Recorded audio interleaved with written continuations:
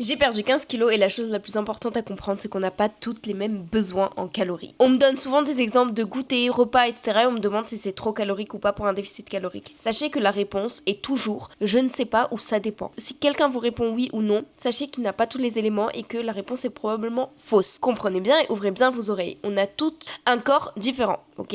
Et il y a premièrement ce qu'on appelle le métabolisme basal. C'est hyper important de comprendre ça si vous voulez démarrer un déficit calorique de manière intéressante, intelligente et surtout bien faite et donc qui fonctionnera. Sachez que le déficit calorique, c'est genre littéralement scientifique, donc ça fonctionne. Genre c'est pas en mode moi j'ai fait un déficit calorique, ça n'a pas marché, j'ai pas perdu de poids.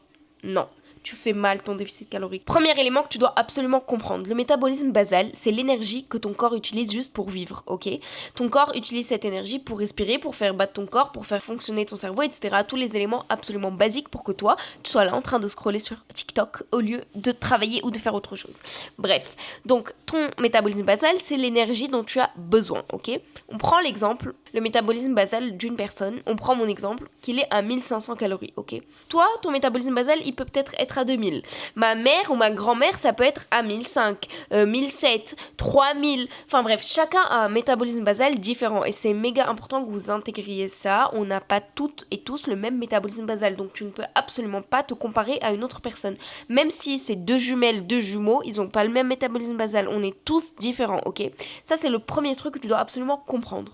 Ensuite, comment est-ce qu'on va comprendre le déficit calorique et comment est-ce que tu vas aujourd'hui pouvoir débuter un déficit calorique avec tous les éléments clés en main. Toi, demain, tu vas débuter un déficit calorique. Qu'est-ce que tu vas faire ? Tu sais pas par où commencer, tu sais pas ton corps combien il a besoin de calories, tu sais pas c'est quoi ton métabolisme basal parce que c'est normal, tu sais pas combien est-ce que tu dois réduire tes calories, etc. pour commencer. C'est normal. Moi, j'utilise une appli qui s'appelle Yazio. Et cette appli, franchement, moi, elle m'a sauvé la vie puisque ça m'a permis de comprendre qu'est-ce que le déficit calorique, combien mon corps avait besoin de calories. Et c'est méga bien fait comme application. Tu rentres dessus, tu mets ta taille, ton poids, enfin, il te pose plein de questions. Et il t'estime un métabolisme basal. Évidemment, c'est une estimation. On ne peut pas deviner le métabolisme basal des gens. Donc, c'est une estimation. Tu te cales sur cette estimation. Basé sur ça, lui, ensuite, il va prendre en compte ton sport, si tu lui indiques, ta marche. J'ai éliminé des calories, on est d'accord. Donc imaginons que j'ai brûlé 400 calories pendant 10 000 pas. L'application, elle va prendre en compte les 400 calories brûlées et elle va te les ajouter dans ton quota calorique que tu peux manger dans la journée.